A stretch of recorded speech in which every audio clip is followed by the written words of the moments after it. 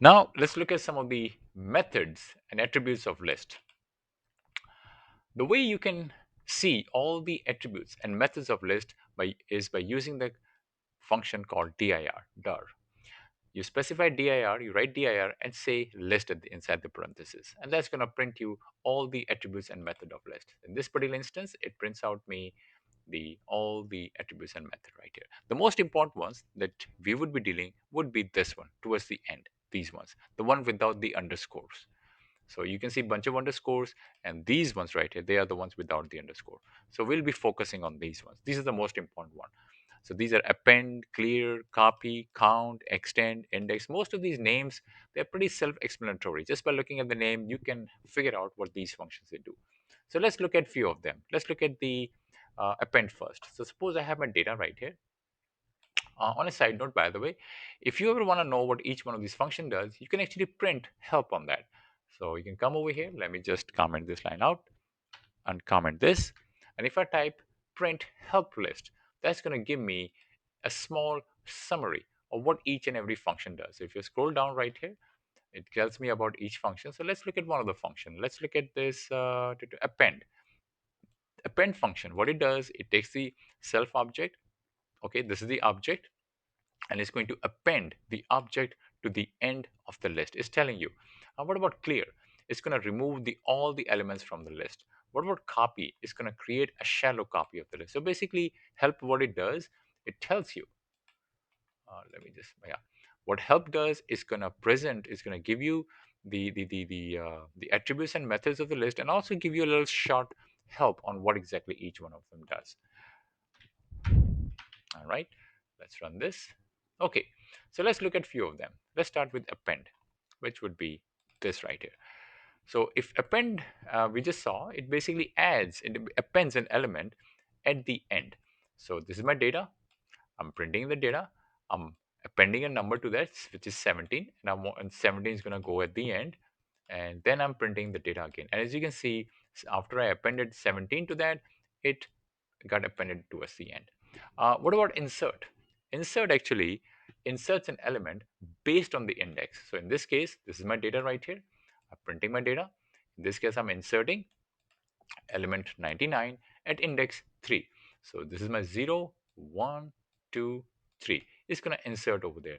And this is going to, when it inserts the number over there, your 40 and 50, they get shifted towards the right hand side. They get moved towards the right hand side. You can see that your 99 came over here, and then your 40, 50, it got shifted. It got moved towards the right hand side. Let's look at the remove. Maybe you want to remove an element. So in this case, same data, printing my data before that, removing element 50. Now this one is going to work on the actual element. It's going to try to find the 50 over there, and it's going to try to remove that. Now as you can see, there are two 50s. There's this 50 and there's this 50. So it's going to remove the first matching element. It's not going to remove the last one. So if you run this, you can see that it removed this 50. It did not remove this one. You can see that 40, 99, and 50. It removed this one. All right, pop. Pop, it removes an element based on the index. So this is my data right here. I'm printing my data, and I want to remove, I want to pop one of the element at index 2. That would be this right here. So when I run this, it's going to pop that element at index 2. 30 is gone. Okay, this is because this is the element at index 2. Uh, Maybe you want to find the element at an index. So you can find that, you can find the index of an element by using index inbuilt method. So in this case, let's say this is my data right here, and I want to know where exactly the element 30 is. I want to know the index of that.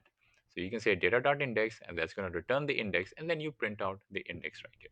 When I run this, it prints out the index as 2. So in this case, 30 is located over here. Now, if you look over here, there's 30 over here too, but it is only going to return the first matching index. It is not going to return this one. Count. Count in this case, it counts how many times a number is present. So for example, let's say this is my data right here. I want to know all the count of 60. Tell me how many 60s are present. Well, in this case, it's gonna return me the count, and then I'm printing the count.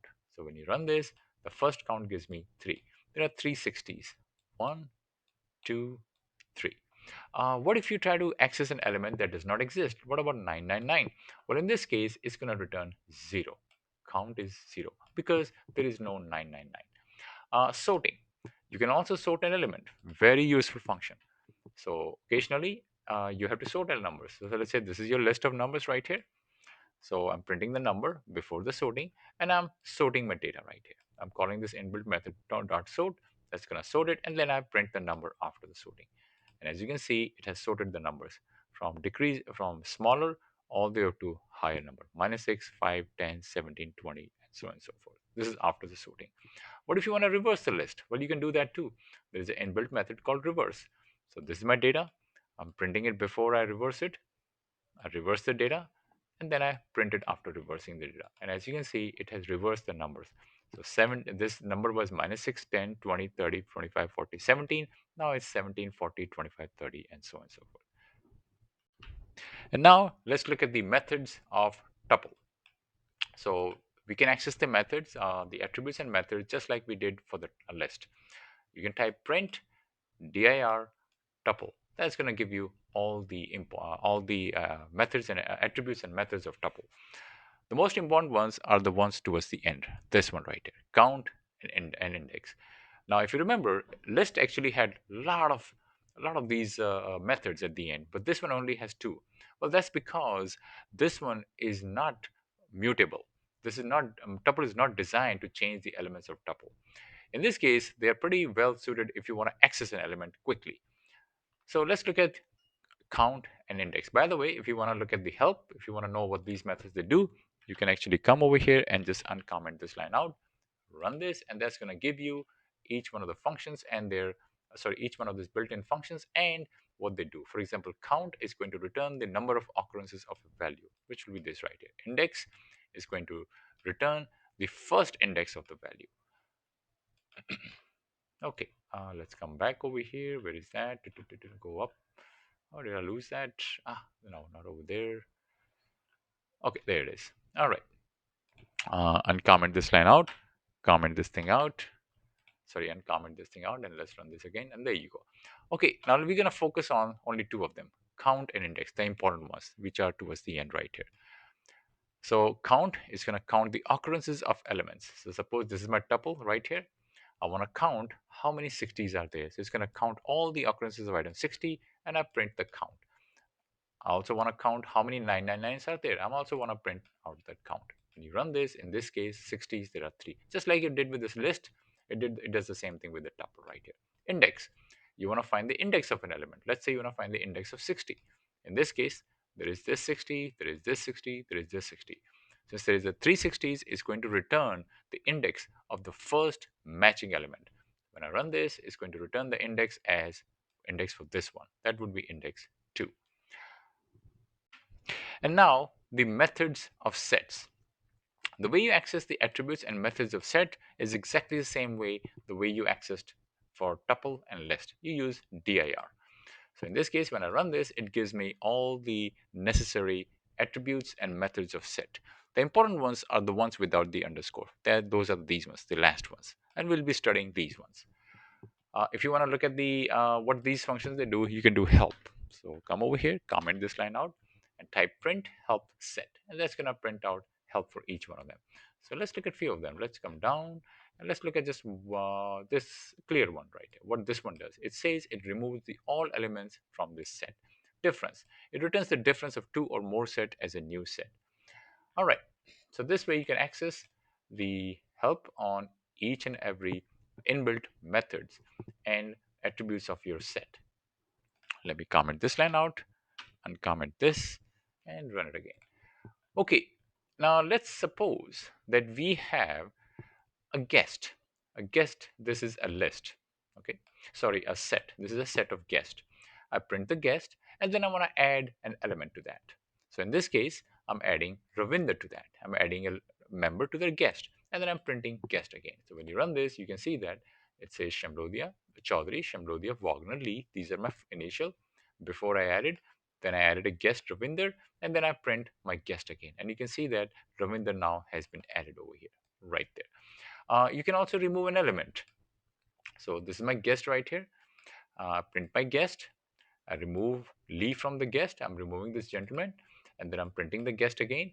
When I run this, you can see that Lee is gone now. After I remove the guest, after I remove Lee, and I print my guest again, Lee has gone. What about if you want to combine two sets? Suppose you have two sets of students. One set of students is in the class art, and the other one is in the gym, and you want to know how many who are the people who are in present both in art class and also in the gym class. So what you can do union, and the way you do union, you can do class art dot union. You can call the union function in built method, and you can specify class gym. That's going to give you the all the elements that are present inside this and this. And by the way, it's not going to contain duplicates. So you can see Bob is over here, Bob is over here, but it's not going to print Bob twice. So this way, when I print this statement, it prints out Charlie, Alice, Bob, Geeta, David, Vicky, Zena. You can also do union using this operator right here, this vertical sign right here. So this is going to union this class with this class, and it prints out the result. And as you can see, is exactly the same result right here. Uh, what if you want to know the intersection? Students that are in both classes. Now, in this case, these are the students that were in arts class and gym class. In this instance, you want to know the students that are present in the art class and also at the same time present in the gym class. So in this case, we want intersection. So let me give you a little pictorial representation. Maybe that will help you understand the difference between these two. So this is a Venn diagram to help you understand this union and this intersection. So in the art class, I have Alice, Charlie, Bob, and Zena right here. In my gym class, which is this right here, I have Bob, Zena, I have David, Geeta, and Vicky. That would be these people right here. Now, when I'm doing union, I'm basically combining the elements of art and gym class. And this is going to give me this element right here. So A, C, B, Z, D, G, V. I'm just using the first letters of the name over here. When I want to do the intersection, that's going to tell me the elements that are present in both art and gym. That would be this people, these group of people right here. Okay, that in that case is going to be Bob and Zena, because Bob and Zena is present both in art and also at the gym. Then there's also a difference. Let me just decrease the size of the screen so maybe it can viewable. Yeah, let me make it a little bit smaller. So now there is something called difference. Difference, what it does, maybe you want to find people, students only in the art class and not in the gym class. So in this case, this is your art class. You want to find people exclusively in the art class but not in the gym class. So you're going to say a you're saying class art, difference class gym. So in other words, the answer would be A and C, Alice and Charlie. Let me just uncomment this thing out, make the signs a little bigger so this way you can see, and come down over here. All right. So this way, what I'm doing, I'm removing from my class art all the students that are inside the gym class. And so this way, it removes people who are inside the gym class. So you can see Bob is gone. Okay, there's a Bob inside the gym class, so that's taken out. And also, let's see, anybody else? You have Charlie, Alice, Bob, David, Zena. Yeah, Zena is also taken out because Zena is in gym class. So Zena has been taken out. So now you're left with Alice and Charlie. So you can do class art dot difference. That will give you this Charlie and Alice, or you can do class art minus gym. Likewise, you can do other way around too. You can do uh, like class gym minus class art. So this will give you the students who are only in class gym and not in the art class. And then there is a is disjoint. Is disjoint, it can be used to check if two sets of emails, whether two sets, do they have any common element. So for example, let's say I have an email list from company A, an email list from company B, an email list from company C. These are my email list right here. I want to check if A is disjoint with B. In other words, is there any element? Is A and B, do they are they disjoint? In other words, do they have any element that is in common? Well, in this case, A is disjoint B comes out to be false because your A and B, they do have common element. You can see that Bob Gmail is over here and Bob Gmail over here in A and B.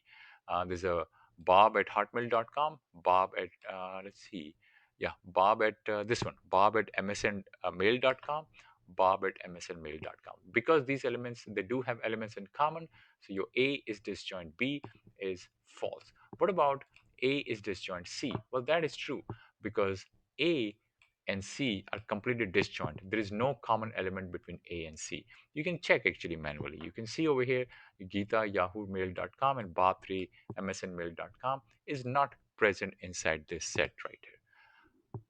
Uh, you can also use this. One of the interesting application of is disjoint. You can check if there's any scheduling conflict. Suppose you have a meeting time between 10 and 10 to 14. So you have a meeting time at 10 o'clock, 12 o'clock, 13 o'clock, and 14, 14 or 0 time. And then let's say you have another schedule which starts at 14, 15, and 16. Let's say these are your military hours. And then you have a meeting time from 15 to 16, okay? 15, 16, 17. So you want to check if there's any disjoint or if there's any conflict in your meeting schedule. You can do this thing. You can say A dot is disjoint B is going to print true and false depending on whether they have any elements in common. In this case, it says false. In other words, A is disjoint B is false. In other words, A and B, they do have conflict over here. Okay, so this should be false. False. In other words, there are common elements. Okay, and you can check that A and B. If you look over here, there will be some common elements. Let's see. Yeah, 14 right there. There's a 14 and there's a 14. There's a common elements. What about A and C? Is it disjoint? Well, in this case, it says true. So that means there is no common element between A and C. 10, 12, 13, 14, 15, 16, 17. So A and C have no, they do not have any time conflict. Then there is a is subset. It is used to check whether one set is part of or is contained or is a subset of another set. Suppose you have a user cart and you want to know if the cart items are a set or are a subset of a non-combo deal. So let's say this is your set. Your A is this right here, and B is this, and let's say your C is this right here. These are three sets. You want to know if B is subset of A. Well, when I run this, the answer is true. In other words, B is subset of A. So if you look at elements of B, all the elements of B are present inside your A. There's a bread and cookie, bread and cookie. So B is subset of A. What about A is subset of C? Well, is A contained inside C? Let's see. The answer is false because A is not contained inside C. You can see some elements like you can see bread is over here, cookie over here, jam over here, jam over here. What about honey is over here, honey over here, milk. Oh, milk is over there, but I don't see the milk in here. So that tells me that A is not contained inside C. So that's why it prints out false. What about C? Is C subset of A? Well, in this case, it's saying true. That means C is part of A. Let's verify that. In C, you have cookies, jam, honey, bread. Bread, cookies, jam, honey. Yep, every element over here is present inside A. So C is a subset of A. You can also understand this through a Venn diagram. So in this case, my A consists of bread, cookies, jam, honey, milk. So this is my set A right here. Bread, cookies, jam, honey, and milk. This is my A right here. My B consists of bread and cookies. So this B would be just bread and cookies. So I draw a little diagram right here. This is my Venn diagram. What about C? C contains cookies, jam, honey, bread. So C will contain bread, cookie, jam, and honey. So this is my C right here. So you can see now just by looking at this diagram that is B is subset of A, is B subset of A, and the answer is yes, true, true. Is A subset of C? Is A subset of C? Well, no, that is not. You can see that it's false. What about C? Is C subset of A? Is C subset of A? The answer is yes, it is. So it comes out to be true. This way you can determine whether one set is a subset of another set.